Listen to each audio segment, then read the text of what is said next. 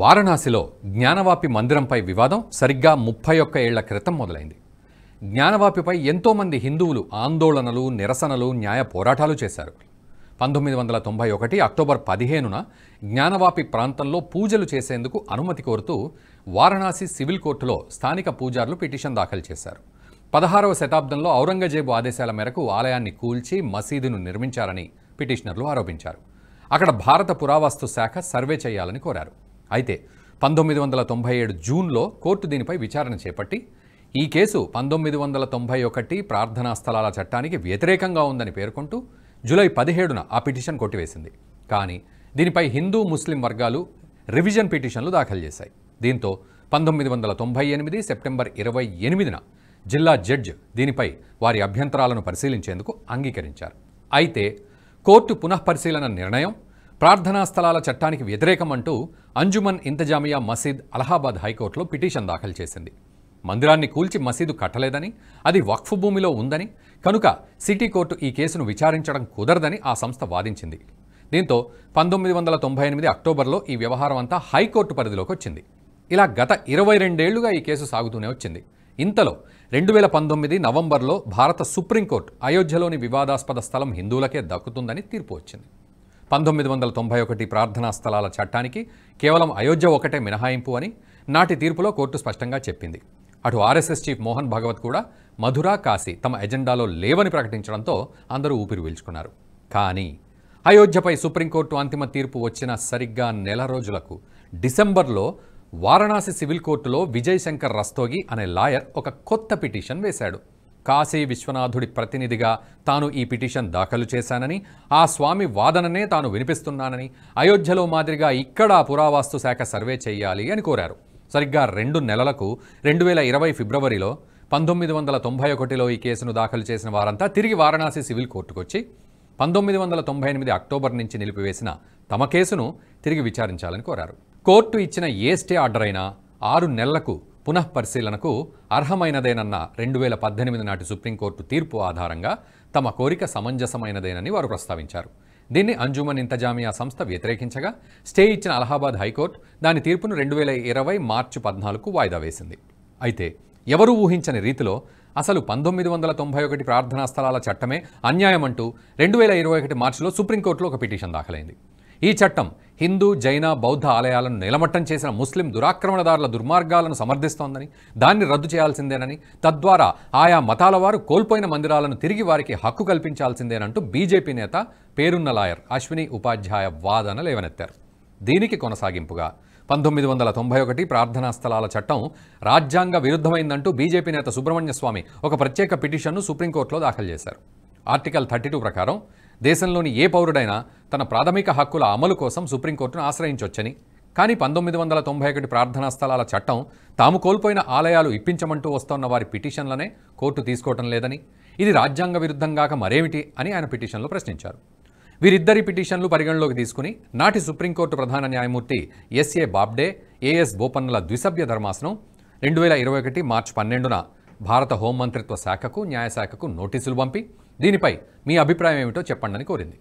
అది భారత ప్రభుత్వ పరిశీలనలో ఉండగానే 2021 ఏప్రిల్ 8న Varanasi civil court judge Ashutosh Tiwari Gyanvapi పరిసర ప్రాంతంలో అత్యాధునిక సర్వే చేయాలంటూ భారత పురావస్తు శాఖను ఆదేశించేశారు. ఈ 5గురు సర్వే బృందంలో 2 హిందువులు, 2 ముస్లింలు, పురావస్తు శాఖ వారి ప్రతినిధి ఉండాలని సూచించారు. ఈ 5గురి పైన కోర్టు ఒక పరిశీలకుడిని కూడా నియమించింది. ఈ తీర్పును వ్యతిరేకిస్తూ అంజుమన్ ఇంతజామియా మసీద్ సంస్థ మళ్లీ అలహాబాద్ హైకోర్టును ఆశ్రయించగా 2021 సెప్టెంబర్ 9న కోర్టు సర్వే మీద స్టే విధించి ఈ కేసును సుప్రీంకోర్టు స్టే 6 నెలలకు పునఃపరిశీలనకు అర్హతమైనదేనన్న సుప్రీంకోర్టు తీర్పు ఆధారంగా దాఖలైన కేసును దీంతో కలిపి విచారిస్తామని ప్రకటించింది. 2023 జూలై 25న ఈ అంశంపైన దాఖలైన అన్ని పిటిషన్ల వాదనలను పరిగణలోకి తీసుకున్న అలహాబాద్ కోర్టు న్యాయమూర్తి జస్టిస్ పాడియా దీనిపై అంతిమ తీర్పును 2023 ఆగస్టుకు వాయిదా వేశారు. అయితే 2023 ఆగస్టులో 5గురు మహిళలు జ్ఞానవాపి మసీదు గోడ బయటి వైపు నేటికి స్పష్టంగా కనిపిస్తున్న శృంగారగౌరి, గణపతి, హనుమాన్లను ఆరాధించుకోవడానికి తమను అక్కడికి అనుమతించాలంటూ వారణాసి సివిల్ కోర్టులో పిటిషన్ దాఖలు చేశారు. దీంతో మసీదు ప్రాంతాన్ని వీడియో తీయాలంటూ కోర్టు ఆదేశించింది. కానీ అంజుమన్ ఇంతజామియా మసీద్ సంస్థ వీడియో తీయటం కుదరదంటూ అలహాబాద్ హైకోర్టులో పిటిషన్ దాఖలు చేసింది. 2022 ఏప్రిల్ 8న కోర్టు వారి వాదనను కొట్టిపడేసింది. దీంతో ముస్లిం వర్గాలన్నీ ఆందోళనకు పిలుపునిచ్చాయి. అయినా 2022 మే 6న అనుకున్నట్టుగా సర్వే ప్రారంభించాలంటూ కోర్టు భారత పురావస్తు శాఖను ఆదేశించింది. డిసెంబర్ 2023లోనే కోర్టుకు పురావస్తు శాఖ సర్వే రిపోర్ట్ అందింది. దాన్ని బహిర్గతం చేయాలని 11 మంది కక్షిదారులు కోరటం, కోర్టు దాన్ని వారికి అందిస్తూ దాన్ని లీక్ చేయకూడదని అఫిడవిట్లు తీసుకుని వారికి నివేదిక అందించడం జరిగింది.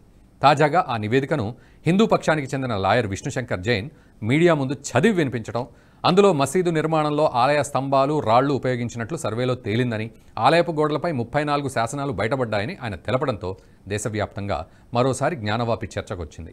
మసీదు నిర్మించడానికి ముందు ఆ ప్రాంతంలో పెద్ద హిందూ దేవాలయం ఉందని ఏఎస్ఐ నివేదిక సూచిస్తోందని విష్ణుశంకర్ జైన్ చెప్పారు. ఆ మసీదును కట్టడానికి హిందూ ఆలయాన్ని ధ్వంసం చేసినట్లు చెప్పారు. ఈ క్రమంలోనే ఏఎస్ఐ సర్వే నివేదికలోని అంశాలను ఆయన వివరించారు. మసీదు లోపల కనుగొన్న వస్తువులన్నీ డాక్యుమెంట్ చేశారని, నిర్మాణానికి ఎలాంటి నష్టం జరగలేదని తెలిపారు. గతంలో పడగొట్టిన ఆలయానికి సంబంధించిన స్తంభాలను ప్రస్తుతం ఉన్న నిర్మాణంలో ఉపయోగించినట్లు ఏఎస్ఐ సర్వేలో స్పష్టంగా తేలింది. జ్ఞానవాపిలో ఉన్న స్తంభాలను క్రమపద్ధతిలో అధ్యయనం చేసి ముందుగా ఉన్న ఆలయ నిర్మాణ భాగాలను కొత్త నిర్మాణంలో ఉపయోగించారని గుర్తించినట్లు నివేదిక చెబుతోందని విష్ణుశంకర్ జైన్ అన్నారు. గతంలో ఉన్న ఆలయ గర్భగుడిని ప్రస్తుతం మసీదు హాల్లాగా ఉపయోగిస్తున్నారు. ఆ ఆలయానికి మధ్యలో పెద్ద గది ఉంది.